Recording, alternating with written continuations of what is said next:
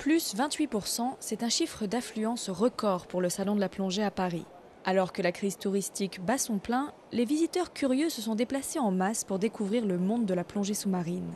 Même si les touristes ont boudé les destinations lointaines, le nombre de licenciés en plongée a connu une forte croissance, ce qui donne bon espoir au centre de plongée polynésien. La Polynésie reste en effet le lieu de prédilection pour les plongeurs aguerris. Il y a donc fort à parier que ces nouveaux amateurs de fonds marins viennent bientôt dans nos eaux. Ce qui est intéressant, c'est que les plongeurs qui viennent pour faire le voyage d'une vie, en fait, ils reviennent et ils préfèrent économiser pour revenir en Polynésie et pour découvrir des atolls qu'ils n'ont pas réussi à découvrir la première fois.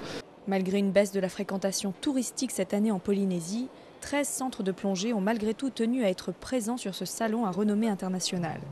Un lieu idéal pour prendre de nouveaux contacts avec les professionnels du milieu et surtout une opportunité pour séduire de nouveaux plongeurs. De présenter nos nouveaux produits, les nouveaux services que l'on propose, de renégocier des contrats.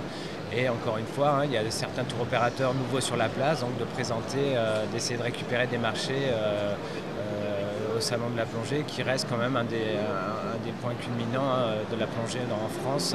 Le marché de la plongée, une des recettes anti-crise pour le tourisme. La plupart des visiteurs plongeurs n'hésitent pas à retourner plusieurs fois en Polynésie pour découvrir la variété de nos fonds marins. Cette année encore, Rangiroa, Whakarava ou encore Rurutu ont moins souffert de la crise grâce au caractère exceptionnel de leur offre. Notre Whenua reste donc la Mecque des plongeurs.